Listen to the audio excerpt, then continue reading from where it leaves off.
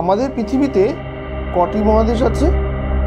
আমরা সবাই জানি যে আমাদের পৃথিবীতে মোট 7টি মহাদেশ আছে। উত্তর আমেরিকা, দক্ষিণ America, Europe, Africa, Asia, Australia বা ওশিয়ানিয়া আর আন্টার্কটিকা। সম্প্রতি বিজ্ঞানীরা একটি নতুন মহাদেশ আবিষ্কার করেছে, যা 8ম মহাদেশ নামে পরিচিত।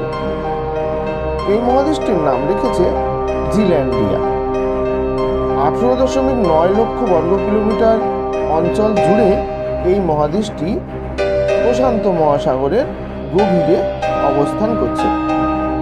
মহাদেশটির 94% সমুদ্রের তলায় রয়েছে, আর বাকি 6% নিউজিল্যান্ডের চারপাশের দিক নিয়ে গঠিত। এই মহাদেশটি গন্ডোয়ানা নামে একটি সুপার মহাদেশের অংশ ছিল।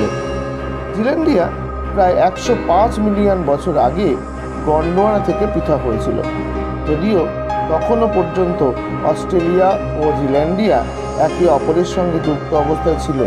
শেষমেশ প্রায় 6 থেকে 8 কোটি বছর আগে অস্ট্রেলিয়া জিল্যান্ডিয়া থেকে আলাদা হয়ে যায়, আর তখনই জিল্যান্ডিয়া সমুদ্রের নিচে তলিয়ে যেতে শুরু করে।